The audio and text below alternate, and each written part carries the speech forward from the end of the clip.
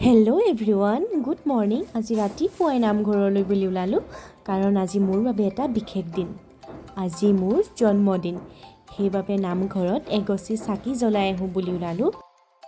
ভগৱানৰ ওচৰত আশীৰ্বাদ বিচাৰিছোঁ, যাতে মোৰ আহিবলগীয়া দিনবোৰ ভালে থাকে আৰু মোৰ সকলো সপোন যাতে পূৰ হয় তাৰ বাবে। আৰু আপোনালোকেও আশীৰ্বাদ কৰিব দেই, যাতে মোৰ সকলো সপোন পূৰ হয় আৰু মোৰ মাজনী সুখে শান্তিৰে সুস্থ হৈ থাকে। যিহেতু মই 1.5 মাহ হৈ থাকোঁতেই দেউতাক হেৰুৱালোঁ আৰু মই মামাহঁতৰ ঘৰতে, দদৌহঁতৰ ঘৰতে ডাঙৰ দীঘল হোৱা, আৰু প্ৰত্যেকটো ক্ষণতে মোক দদৌৱে মোৰ দেউতাকৰ দৰে সৰ্বোচ্চ দায়িত্ব, মৰম আৰু ছাঁটোৰ দৰে থিয় হৈ আহিছিল। কিন্তু তেখেতো আমাৰ মাজৰ পৰা যোৱা আজি 6 মাহ হ'ল। মনটো দুখ লাগে কেতিয়াবা, কিন্তু তথাপিও দদৌৰ স্মৃতিবোৰ মনত পেলাই আমি ভণ্টিহঁতৰ লগত অলপ ধেমালি কৰি দদৌ যেন এতিয়াও আমাৰ মাজত জীয়াই আছে তাকে অনুভৱ কৰি সেৱা কৰি আহিলোঁ। আহি দেখিছোঁ আমাৰ সৰু পৰিয়ালটোৱে মোৰ বাবে মোৰ বাৰ্থডেৰ কাৰণে ধুনীয়াকৈ আয়োজন কৰিছে। মা আৱেগিক হৈছে, চকু পানী টুকিছে, কিন্তু মই হাঁহি বিৰিঙাই তুলিম, কাৰণ মা আৰু ময়ে আছোঁ আমাৰ পৃথিৱীখনত। আৰু মৰমৰ এনাইজনীও দেখিছেনে সাজি কাচি লৈছে, আৰু তাৰ মাজতে আমি দদৌকনো কিয় পাহৰিম, দদৌৰ ফটোখনকে তুলি লৈছোঁ আমাৰ মাজত। জন্মদিনৰ উপহাৰ বুলিনো কিনো লাগে, ইমান ধুনীয়া উপহাৰ এটা দিছে, ইমান ধুনীয়া পৃথিৱীখন চকুৰে দেখা। তথাপিও এনাই মৰমতে 2 পইচা হাতত তুলি দিছে। মা আৰু পিতায়ে দুভৰি পিন্ধিবলৈ নুপুৰ এযোৰ গিফ্ট দিছে। মই আচলতে নুপুৰ পিন্ধি খুব ভাল পাওঁ। আজি আৰু এটা বিশেষ দিন জানেনে? আজি অসম দিৱস, আহোম চুকাফা দিৱস, আৰু আহোমৰ জীয়ৰী আহোম চুকাফা দিৱসতেই জন্ম। কিমান যে মনটো ফূৰ্তি। টিংখাঙত আয়োজন কৰা অসম দিৱসত আমি নাচিবলৈ ওলাইছোঁ, আৰু আমাক লৈ গৈছে ছাৰে। খুব ভাল লাগিছে, আজি নাচিবলৈ পাইছোঁ যে।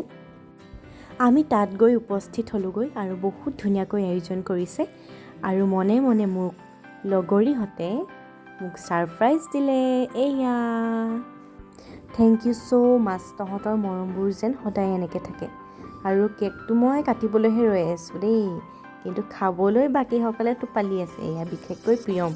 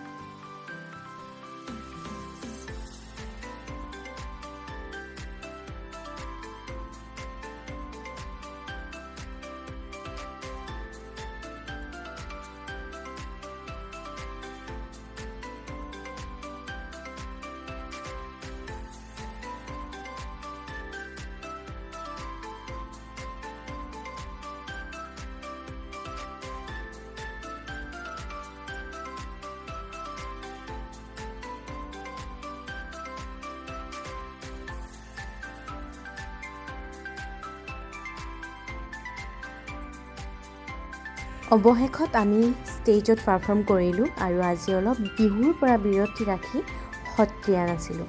কিন্তু ৰৈ থাকিব পৰা নাই বিহু নচা দেখি, তলতে নাচি আছোঁ এপাক। কিমান যে কষ্ট হয়ও এনেকৈ ৰৈ থাকিবলৈ।